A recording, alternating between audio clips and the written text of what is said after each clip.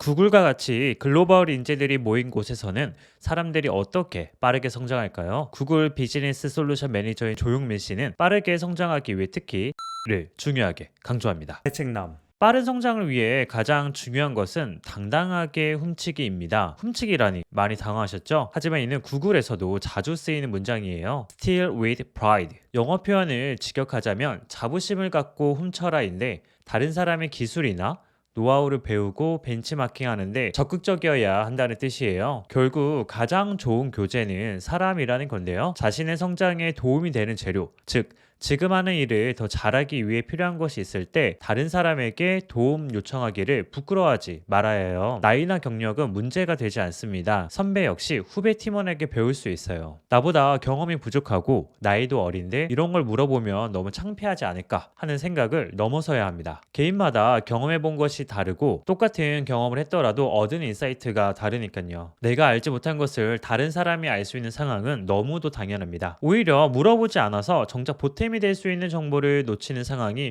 훨씬 더 안타까운 일이에요. 그렇기 때문에 내가 배우고 싶은 역량을 갖춘 사람이 있다면 당당하게 찾아가 도움을 요청하고 질문하세요. 스스로 끊임없이 성장할 수 있는 동기를 불어넣게 될 것이고 이것이야말로 진짜 공부입니다. 내가 성장하고 싶은 게 있다면 내 주변에 그에 관한 정보와 피드백을 줄 사람이 있는지 찾아보는 게 중요해요. 이걸 잘 알고 있는지 확인하기 위해 저자는 최근에 만난 5명의 사람을 살펴보라고 해요. 그 5명이 곧 지금의 자신을 설명해주기 때문인데요. 매일 만나는 가족이나 친구, 직장 동료를 제외하고 어떤 사람을 만났는가를 살펴보면 자신의 관심사와 성장 목표가 확연하게 드러납니다. 여기서 만났다라는 표현은 반드시 커피숍 같은 특정 장소에서 만나서 이야기를 나누거나 함께 무언가를 하면서 시간을 보낸 것만이 아니에요. 최근에 테드나 유튜브 영상을 통해 만난 것도 포함이거든요. 지금은 콘텐츠 제작자와 소비자가 양방향 소통이 가능한 시대입니다. 기사를 보고 댓글을 달 수 있고 유튜브에서도 라이브 방송을 보면서 질문할 수도 있죠.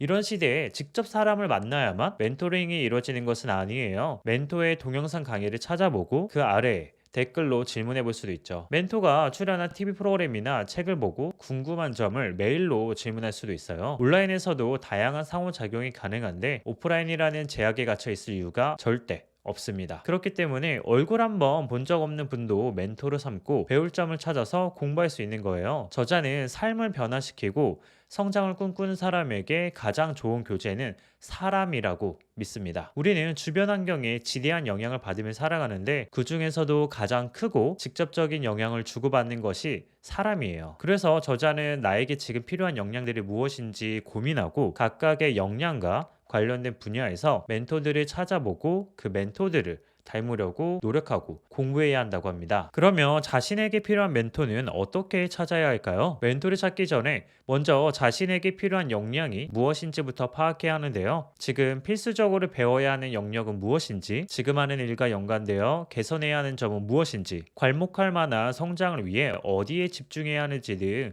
자기 자신에 대한 철저한 분석이 필요합니다. 나아가 한 명의 멘토가 모든 역량을 갖고 있지는 않기 때문에 각각의 영역에서 최적화된 멘토들을 찾는 것이 좋습니다. 이 표는 저자가 최근에 작성한 멘토 표인데요. 저자는 현재 개발하고 싶은 역량을 5가지로 정했는데 트렌드 세비, 커뮤니케이션, 셀프 브랜딩, 리더십, 피트니스예요. 그리고 각 영역별로 멘토들을 정했죠. 이 멘토들 가운데는 개인적으로 아는 분도 있지만 알지 못하는 분들도 있다고 해요. 저자는 이렇게 각 카테고리별로 세부적으로 요소를 나누어 멘토를 나누라고 하는데요. 예를 들어 리더십이라는 카테고리를 만들면서 리더십을 발휘할 때 필요한 요소들을 세부적으로 나누고 각각에 맞는 멘토들을 찾습니다. 팀원들의 생각을 존중하는 김경훈 구글 코리아 사장님에게서는 경청하는 리더십을, 소속 가수들의 개성을 끌어내기 위해 열정을 쏟아붓는 박진영 대표에게는 창의적인 리더십을 배우는 등 각각의 리더십을 대표하는 멘토들을 찾아 그들의 강점을 분석하고 따라하려고 합니다. 이렇게 내가 성장하고 싶은 역량을 분석하고 그에 맞는 멘토들을 찾아보면서 채워보세요. 그러면 오늘 당장 여러분들이 해야 할 일,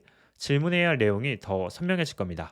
저는 이 책을 읽으면서 이 조용민님을 제 멘토로 생각하게 됐어요. 저는 조용민님에게서 글을 쓰고 컨텐츠를 전달하는 커뮤니케이션적인 역량을 배워보고 싶은데요. 유튜브를 통해서 성장하는 과정을 보여드릴 수 있을 것 같네요. 여러분은 어떤 역량을 키우고 싶고 어떤 멘토들을 만나고 싶으신가요? 여러분들이 만나고 싶어하는 멘토들의 이야기를 대책남에서도 소개드릴 수 있도록 하겠습니다. 여기까지 대책남이었습니다.